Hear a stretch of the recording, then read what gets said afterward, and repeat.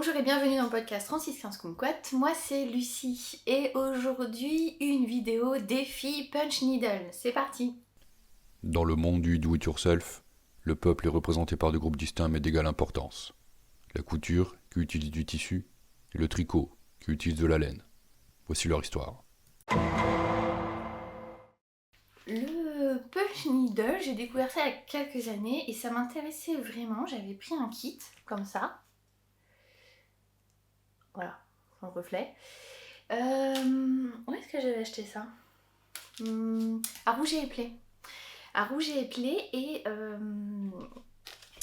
le but c'était, je voyais que à force de tricoter, je me retrouvais avec des restes et je voyais sur les réseaux sociaux des petites présentations en punch needle qui pouvaient servir de décor ou bien ils font un punch needle et puis après ils l'insèrent dans une couture. Donc j'avais trouvé plein d'exemples,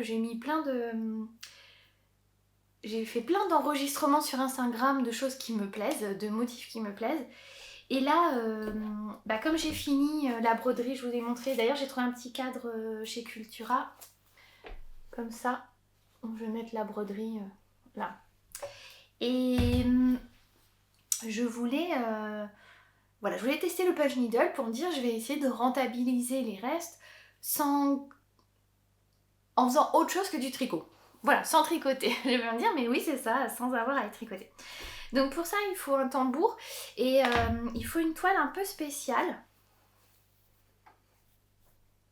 Donc c'est un... J'ai acheté à Créalia. Donc ils mettent coupon toile à puncher, 5 points par centimètre, lavage à 30,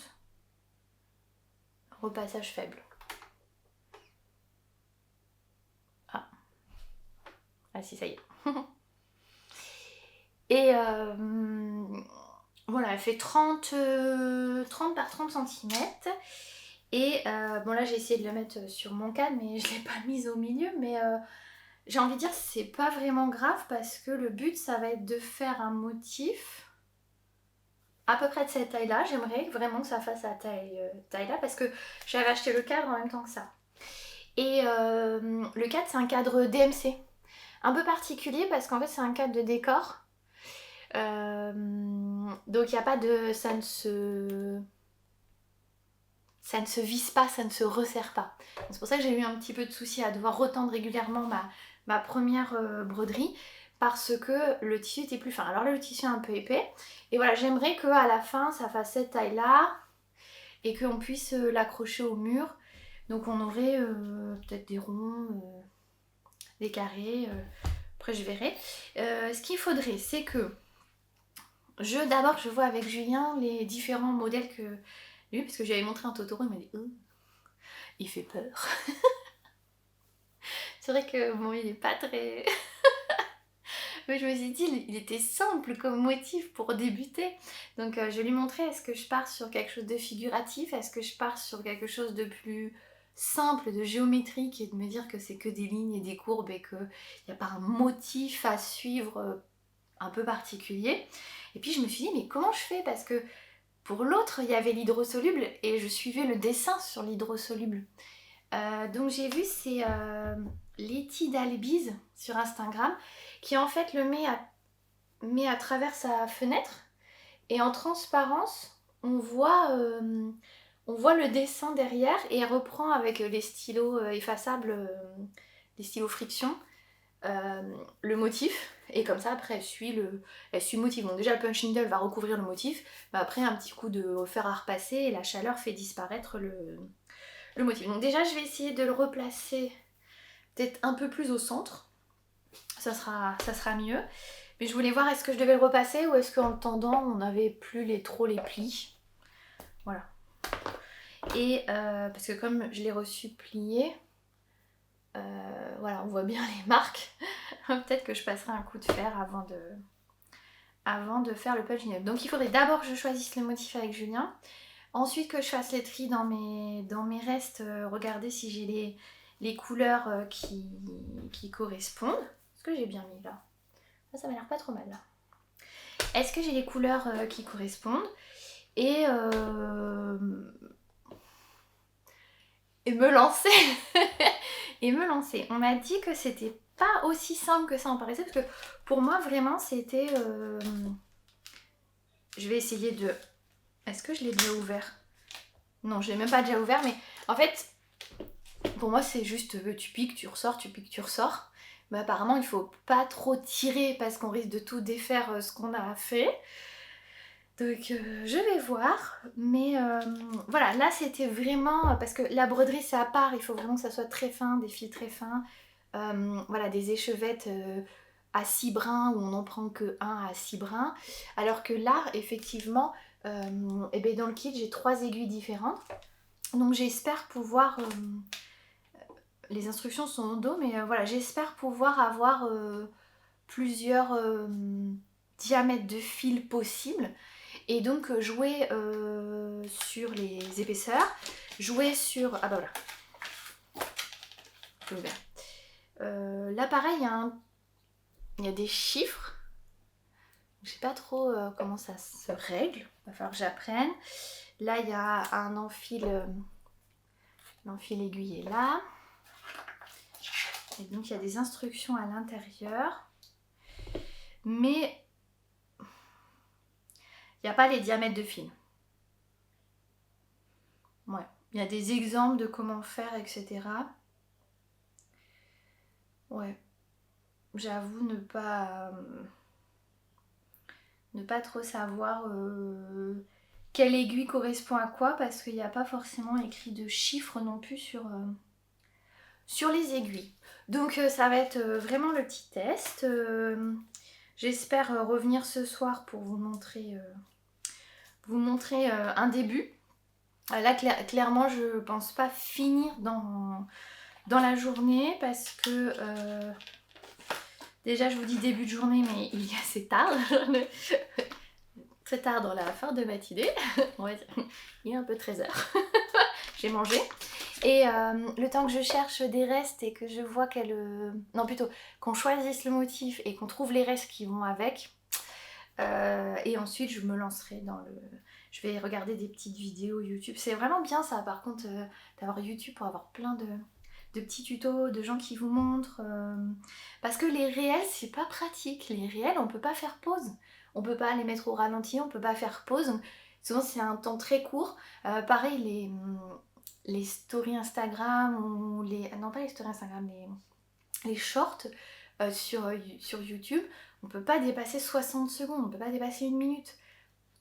Voilà, moi je pense qu'une vraie vidéo c'est quand même plus intéressant. Bon bah je vous laisse là et puis on se retrouve j'espère en fin de journée ou ouais, en fin de journée, peut-être demain, je ne sais pas, à voir comment ça se goupille.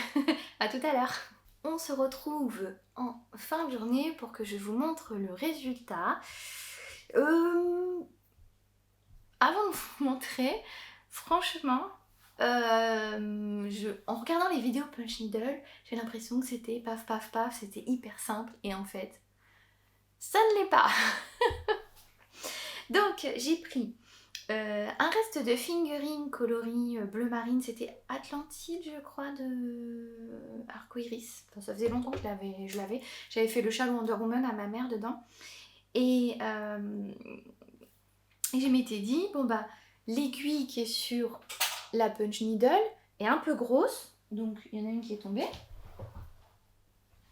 Je vais pas prendre, il y en a une qui est très très fine. Je vais essayer de vous montrer ça, je vais les mettre là, ça va pas tomber. Voilà, celle qui était mise était grande, il y avait une moyenne et une fine. Et je me suis dit, bah je vais mettre la moyenne, elle a l'air de correspondre à de la fingering. La fine est beaucoup trop fine, vraiment. Et en fait, déjà j'ai galéré à la mettre, donc Julien a dû forcer pour la tourner, etc. pour la mettre, alors que celle qui était en place, bah je l'ai dévissée, je l'ai enlevée et je me suis dit l'autre c'est pareil, je la remboîte, clac, et en fait je la remboîte et elle s'enclenchait pas. Donc en fait l'aiguille rentrait dans le tube, ça tenait pas du tout. J'ai dit bon ça m'agace, donc Julien il resserre le truc, je me lance et là je pique et il se passe rien. Parce que, comme une idiote, j'avais passé le fil dans le tube, mais, première chose, je n'avais pas enclenché dans le chat. On le voit mieux là, vous voyez, il y a un trou dans l'aiguille, donc il faut et le faire passer dans le tube et le faire passer dans le chat. Ok, je reprends. Il se passe rien. Mon fil de pelote n'avance pas. Donc je pointe, paf, et le fil il ressort. Je me dis, c'est pas possible, c'est pas possible. Donc, je me dis, là en fait c'est pour régler ici, c'est pour régler cette longueur. Voilà, si vous voulez que ça perce plus ou moins loin, voilà. Bon, je repasse sur la grosse aiguille, puisque vous voyez c'est celle-ci qui est mise. Et là je commence. Et là, ça marche, parce qu'en fait, il faut que le fil il puisse vraiment glisser dedans pour avancer. Si à la moindre accroche, ça fonctionne pas, ça va tirer et le fil il ressort direct de la toile. Bon, mais avant, j'ai choisi un dessin sur internet et j'ai voulu le décalquer au crayon de papier sur la toile, ça marche pas. Ensuite, je suis allée au champ chercher un stylo friction pour décalquer et j'ai galéré mais j'ai fini par décalquer mon motif au stylo friction. Ok. Et puis je me lance. Et franchement, je vois le résultat, je dis bon c'était un essai, on a un tableau avec différentes baleines. Donc je lui fais choisir, j'ai des Totoro, il me dit il fait trop peur, il voulait pas des cactus, j'avais montré quoi, des cerises, des trucs avec des fruits, des choses comme ça, des trucs très géométriques, il m'a dit bof, et je lui ai montré une baleine, il fait ah bah ça j'aime bien. Donc petite baleine. Et puis franchement, c'était hyper irrégulier, ça n'allait pas, etc. Bon, et je me dis pour le blanc, je vais passer à de la déca. Et là, on voit la déca par rapport à la fingering. Bon, déjà, Julien me dit oui, mais t'as fait un truc genre comme ça là. T'es parti comme ça, t'es remonté là, t'es reparti ici. Du coup, ça part dans tous les sens. Vaut mieux que tu fasses des allers-retours. Donc, effectivement, de la déca plus des allers-retours, tout de suite, on voit que c'est mieux. Et puis, je regarde le dos. Je me dis, c'est vraiment moche. Mais on se dit, oh, voilà, il faut accrocher de loin et tout. Mais là, vous voyez, mon tambour, je l'ai changé de sens. Parce qu'en fait, c'est ça l'endroit. Ah oui, j'ai re-regardé un tuto parce que je comprenais pas. C'est trop moche que j'ai. Mais en fait, il fallait on punch sur l'envers. Donc en fait, on n'en a rien à faire que on voit la marque de stylo ou de je sais pas quoi sur le dessus. Déjà parce qu'on va puncher dedans, donc le fil va recouvrir notre... Mais surtout parce que ce qui est intéressant, c'est l'envers. Et c'est pour ça qu'on a différentes longueurs d'aiguille, parce que cette longueur va déterminer la taille de la bouclette de l'autre côté. Donc au début j'ai fait des grandes bouclettes, après des petites, parce que je savais pas, mais oh, le tissu est pas si épais, j'ai pas besoin d'une grande aiguille. Mais en fait ça n'a rien à voir avec l'épaisseur du tissu. Donc au début des grosses bouclettes, c'est un peu plus irrégulier, mais tout de suite, bon bah c'est tout de suite plus mignon que le côté où j'ai punché. Bon, ça me donne envie quand même de retenter. Sachant que je me dis que les deux aiguilles fines, ça va être pour quoi? De la lace ou du fil à broder en fait. Mais ça va permettre de faire des choses très très précises et très très fines. Première chose. Clairement c'est comme au tricot, hein. Si vous prenez un truc de qualité, ça sera plus facile, mais pour débuter, je voulais un truc pas cher, voilà. Je me rappelle même plus le prix que j'ai acheté parce que c'était à Villebon-sur-Yvette, donc il y a plusieurs années quand j'habitais pas en Gironde. Soit dit en passant, donc il faut planter vraiment jusqu'au bout, ressortir, mais pas tirer, parce que sinon vous tirez tout votre ouvrage. Donc on plante jusqu'au bout, on ressort en restant très proche de la toile, puis on avance, puis on replante jusqu'au bout, on ressort proche de la toile et on replante. Ok. Une fois j'ai compris ça, que j'avais le fil qui correspond, Et donc je pense quand même que la fingering aurait été mieux avec l'aiguille en dessous, mais ça accrochait. Donc il va falloir que je trouve quelque chose pour que le fil, peut-être réessayer et faire en sorte de peut-être dérouler la pelote pour que ça n'accroche pas. Parce que oui, j'ai envie de réessayer. Autre chose, la toile à punch needle, elle ne fait que se déliter. Donc peut-être que je vais passer un coup de surjeteuse. C'est la 30 par 30 de Cultura qui vaut 3,99. Ça va, hein, finalement, c'est des restes de laine. Des restes de laine, 3,99. Et puis, bon, bah, si vous faites de la broderie, vous avez déjà un tambour.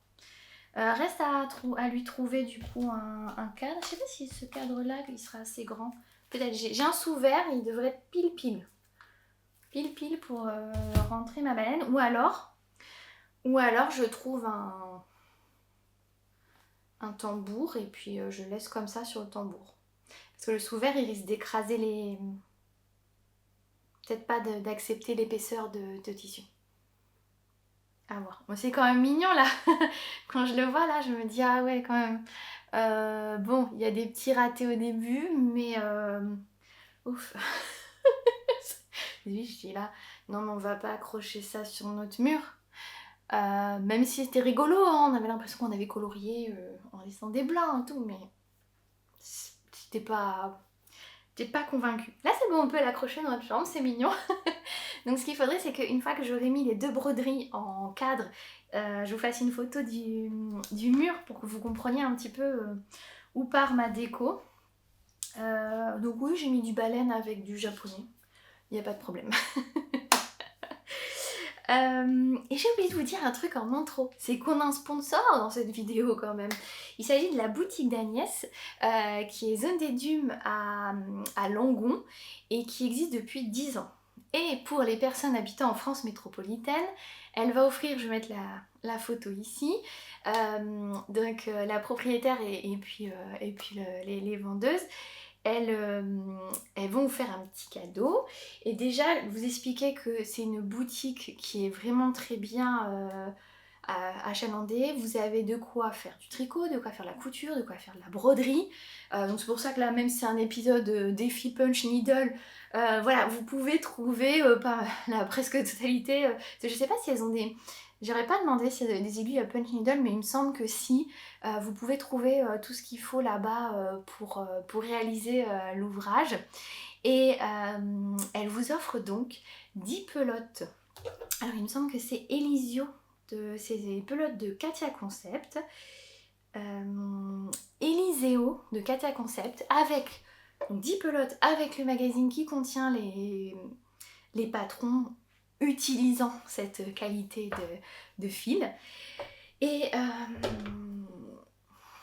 donc on les remercie vraiment. Alors quelle question on pourrait vous poser pour que vous puissiez gagner ce cadeau? Moi j'aimerais savoir avec ce coton Eliseo et puis regardez, allez voir peut-être le catalogue de Katia. Quel modèle vous verriez dans ce coton? Et en tout cas, je vous remercie de continuer à me suivre dans ces aventures parce que là, il nous reste une semaine et ça va s'accélérer. Et en plus, on a encore des sponsors à caser dans cette dernière semaine. Voilà, vous allez continuer à être gâtés. Donc merci à la boutique d'Agnès à Langon. Merci de me suivre et je vous dis à demain.